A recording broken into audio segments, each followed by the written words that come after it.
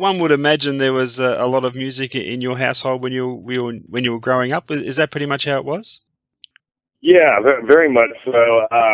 We came from a ranching community, and so there was a whole lot of what you called the honky tonks and things back then, So it's just like that while you were out, on the ranch, doing whatever, that there was always somebody had the radio going in the truck, or that you would go out and see. There was a whole lot of live bands, at that time that played around, played country music, whether it was, played, Buck Owens covers or Hank Williams covers and things like that. And my grandparents were big time honky tonkers, so they'd always take us along with them, So there was about 1 million different scenes. There was the conjunto scene, the Mexican scene. There was the stuff that was in the middle, the Doug Sam and things like that. And then there was the German polkas. We came from a German stock, so there was all these kind of old school dances that were going on. So there was a little bit of everything going on back then.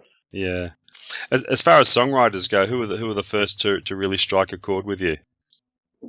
Most of the guys that really hit me hard were like Jackson Brown was a really big one, and country wise, I loved Tom T. Hall. I loved Willie also, not the kind of the Willie that most people think, but like the Whiskey River record and the Phases and Stages record, where he's it's a lot more kind of contemplative stuff, I love that stuff. So between you and your brother Bruce, who was the first to really get serious about music in terms of wanting to make it a career option? We kind of pulled each other along. It seemed like one year the other one was being a little bit more ballsy about it, and the next year the other one was. So it was both of us. I got this off. So it was, he was the one, he bought a bass guitar, or got a bass guitar for Christmas, I guess, when he was about in 7th grade, and I was like, okay, that him, my neighbor, friends had a guitar, and so they started playing, so they needed a drummer, so I got my grandmother to lend us, me and my friend to play, to buy a drum set, so, I did that, and, so we started a little band in junior high, and kind of, we were both athletes, so we kind of did it on, did it on the weekends and whenever we could. So, and just kept going. Sorry, just got in the car. That's all right. Go ahead. What about making the move to Austin? That was pretty much your idea, wasn't it? That was my idea. Yeah. That he had. I just finished 3 years at college. I was playing football at a college called Texas State, and he was at a college kind of in northeast Texas, and so I kind of because of knee injuries, I played 3 years, and I was kind of done with it, and I was kind of ready to make the move. So I kind of talked him into leaving before his senior year and moving to Austin with me. And so we just kind of worked for about 6 months, and then just headed down to Austin together, and just kind of played on street corners and made friends with everybody, and tried to found a couple bands to get into. Was there? Can you pinpoint a particular moment in time when you knew for you the time was right to step away from bands and pursue the solo career? Yeah, I always knew it. Kind of, in the back of my brain, I always knew that's what I wanted to do, but I wasn't really quite sure I was ready to take on the ins and outs of being a frontman, of having the whole thing on my shoulders, and then after a while, I just, after I guess, 2 or 3 years that I was kind of co-fronting a little bit, that I really wanted it to be, I really wanted to be in total control of what was going on with the band, and what kind of songs I was writing, what kind of songs we were playing. So, it took me a few years, but I always knew that's what I wanted to do, So it's like, now I wish I could be the side guy, almost, it's just like that, I wish I could still have the perks of being the front man, but be a side guy. That sounds a lot funner most of the time now than it's the best of both worlds. Yeah, exactly. How wary were you, particularly in those early days, of being wary of record companies trying to market you in a particular way that was not to your liking? You know that I was very, you know, I thought I was very, you know, unnaive in that, that they were kind of, whenever they first came, you know, came calling, like in my late 20s, you know, like Warner Brothers out of Nashville and stuff, where they just, you know, where they said, you know, that we love you exactly the way you are, you know, doing exactly what you're doing, you know, and I totally believed them. They didn't tell me ahead of time, you know, it's just we need to change this or change that. And so, I've totally taken for, you know, at their word. And, there was a few people who were just like, you know, you really got to watch it. They're going to really, you know, try to screw with what you're doing. And I, you know, I guess I was so kind of like a kid going on a roller coaster, you know, I just couldn't wait to get on. I don't want to hear it, you know, anybody telling me about safety belts or any of that shit, you know, it's just like that. And, I just went, you know, head first into the Nashville scene, think I was gonna be the only guy who got to do the only thing, you know, exactly what he wanted to do. And, you know, the first thing I did was, you know, they took me to, you know, like a publicity school and then a school of how to dress and all this kind of stuff. And I was just crestfallen. I was just like, I can't believe I did this. So it was kind of, you know, a 2-year process of us just butting heads about everything, you know, and a record never even came out of that relationship, but I had put my initial record out. And so it kind of screwed me because I wasn't able to really tour on that record or kind of build during that time. And it kind of, just they wouldn't let me out of my contract, and they would just keep me around, and you know, until I would kind of change, kind of deal, and I never did. And finally, after about 2.5 years, they were just like, okay, you know, you can go, you know, kind of deal. So I was like, okay, fine. So it was kind of like starting from scratch from there. You've always given the impression to me that you're one that's determined to conduct your career on your own terms, which is to be greatly admired. From your observations of other people in the business, how easy is it for them to fall into that trap of letting the corporate pressures take over and along the way lose their identity? Yeah, I mean, you know, most people that I've known, you know, from Texas that have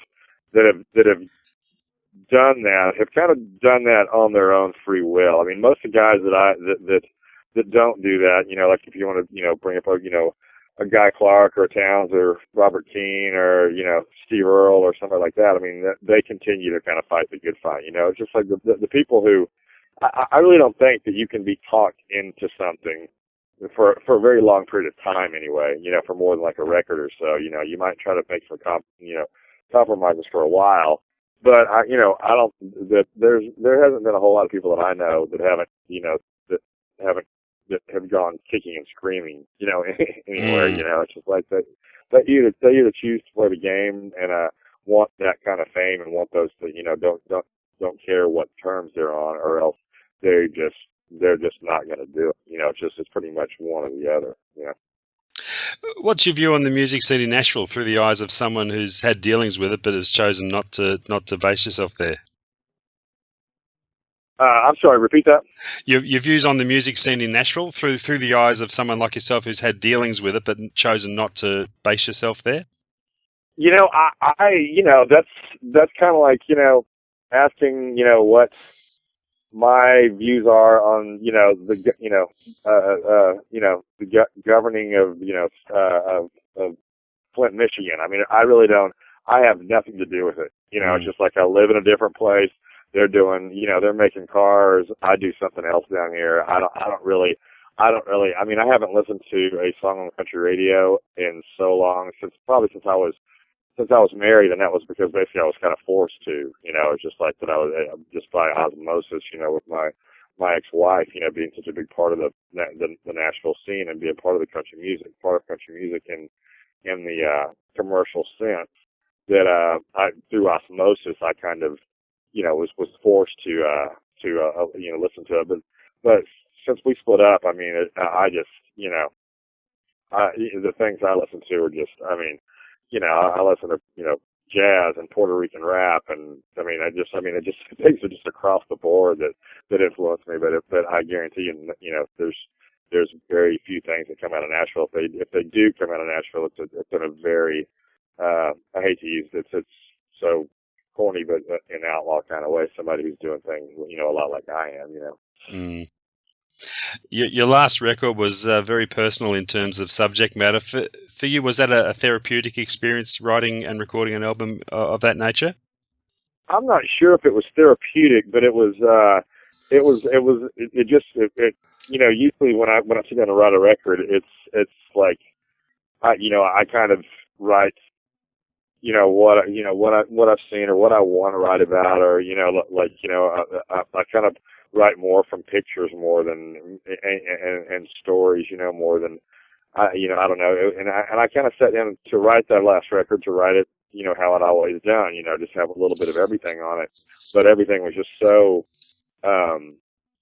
fresh, and I was going through the worst part of the divorce at the time, and it was just like, it was very obvious that my emotions were not going to let me write about anything that was not completely about what I was going through at that time, because it was that heavy, if that's the best way to put it. But yeah, it was just really no way I could get away from it. You know what I mean? Mm. You produced it yourself. Was it the personal nature of the subject matter that made you want to do that? Not so much. I had co-produced, all of my records, and the Step Right Up record that I'd done the majority of the production, and there were side projects of mine that I'd produced, and I'd always felt totally fine about it. It was more that I was kind of just ready, kind of like going back to like the frontman thing. I always wanted to be the producer, and it was kind of like, okay, I just kind of want to make sure, because, I wasn't sure if I wanted to be the guy that was there, until 12 o'clock at night, just trying to get this one note in tune. Just like I always had that person with me, like Lloyd Major, something like that if there was some dirty work to do, and scheduling musicians and doing things like that he could do that. Not that he wasn't very much part of the creative process, but this was the first one kind of where, like I was talking about being a front man a while ago, it's just like, okay, I'm gonna just take care of everything. If there's a B string out of tune on this one song, and it takes 6 hours to do it, instead of going to the bar, I'm gonna stay up there and do it. You can always bring the bar to you. So. Has it given you a taste for wanting to go on and continue producing yourself, or even to take it to another level and producing other people? Yeah, I would love to. I definitely plan on producing. My brother and I, we had spring break where we take the kids down to the beach and everything. We talked about that at length last week, and I'm definitely going to produce all my records. There's only a handful of producers out there that I would really want to really pick their brain. Guys like Bill Bottrell and a couple other guys. But yeah, I would love to. I would love to produce other bands. The problem is most of the bands that, I live in San Antonio, I don't live in Austin, I choose to kind of be away from any type of scene. I'm not really good at scenes.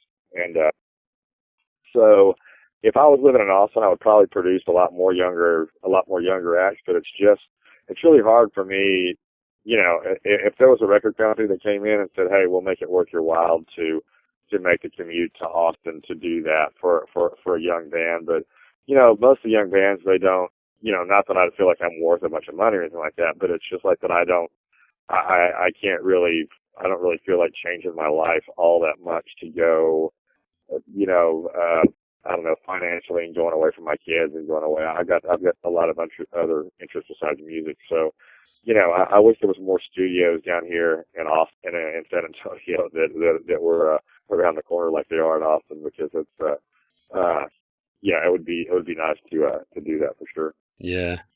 Researching for this interview and looking over old interviews with you, I noticed an amazing tendency for interviewers to steer the conversation towards your marriage, and it must have driven you nuts at times. Does there become a time where you've just got to put your foot down and say that's enough?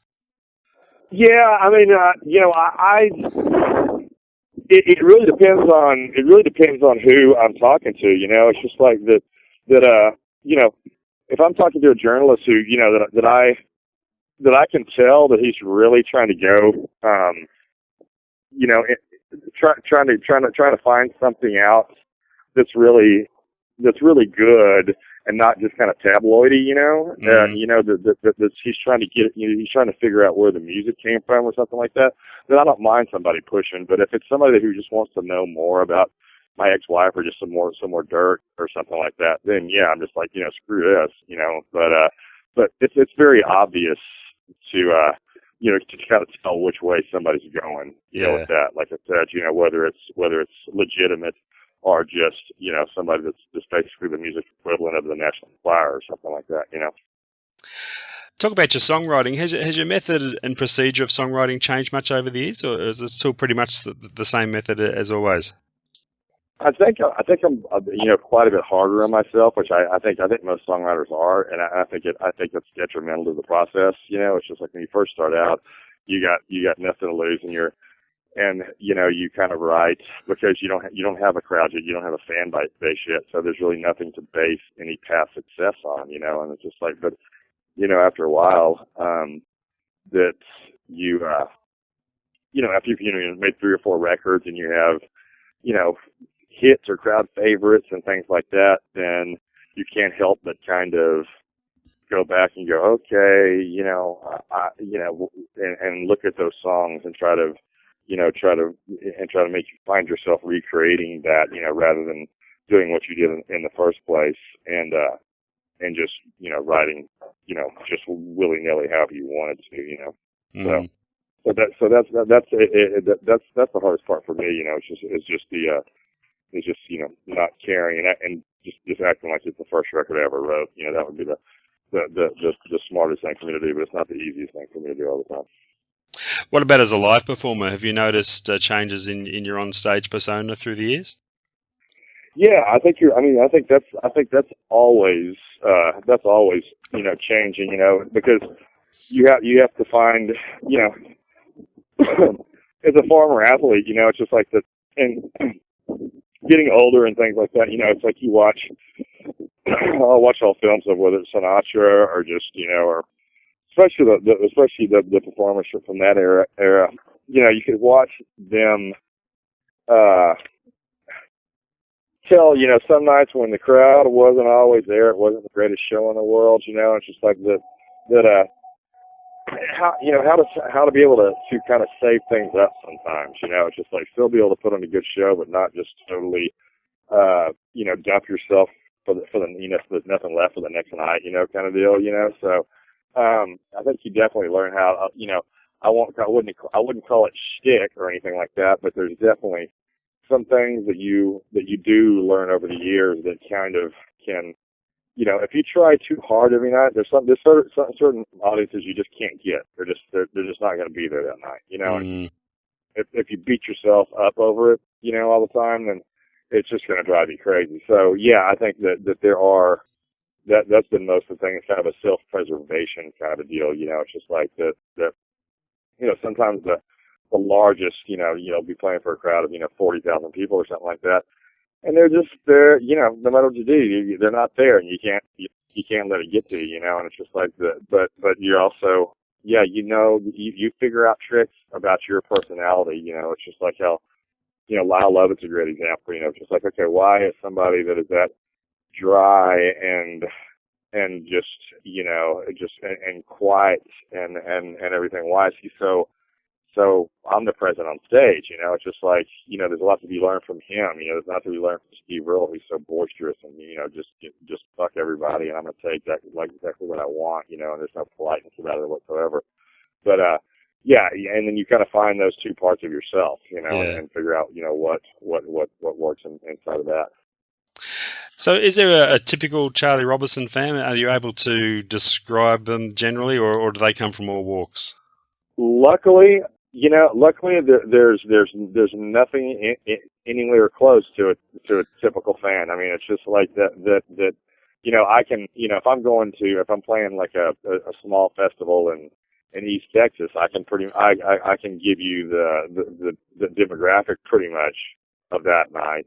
But also if I'm playing, Annandale, Virginia, I can give you pretty much the demographic of that night too, and they're completely opposite demographics, which is a really cool deal, So, and then there's, if I'm playing a big theater in Dallas, it's going to be a completely different demographic than if I'm playing a honky tonk in Dallas or a honky,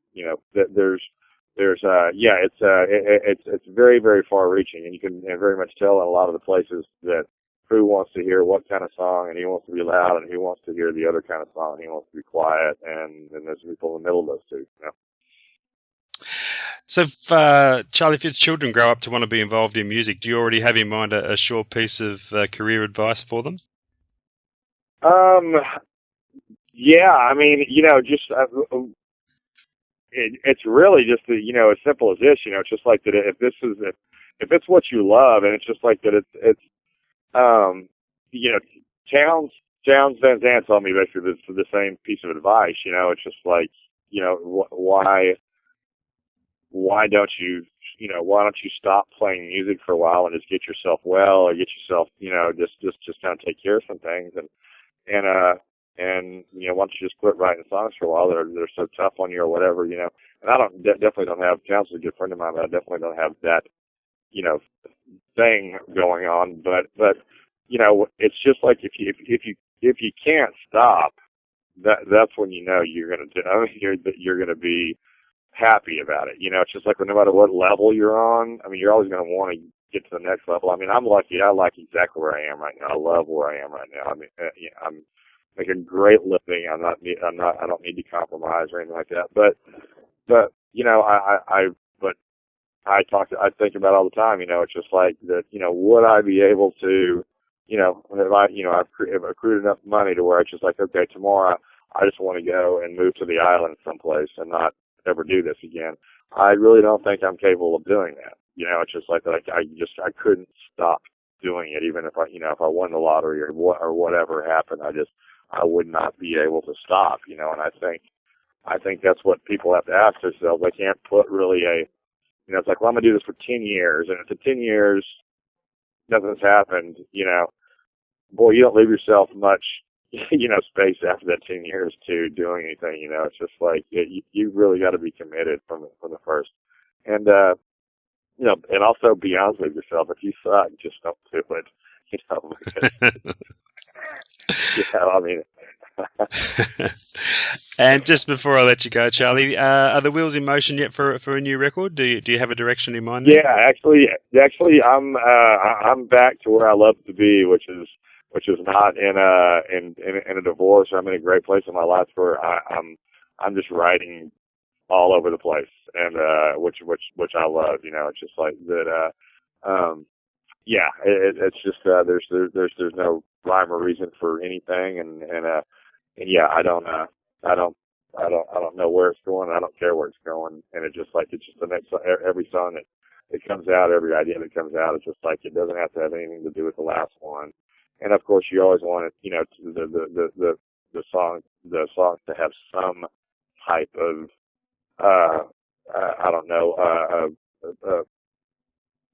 link in the track from the last one, a little bit, but at the same time, you can do that without everything being about the same relationship or being about what's going on with the government right now or war or whatever, and things like that. It's just like that all those things can be kind of put like spices in different songs, and they can also all be about a little bit different things. I love to be able to do that. Fantastic. Hey, Charlie, thanks so much for your time. It's been a real treat catching up with you. Well, thanks a lot, and great questions, and I enjoyed doing the interview. Congratulations on a fantastic body of work so far, and we look forward to the next installment. Thank you, sir. Appreciate it. Okay, all the best. All right, you too. Bye-bye.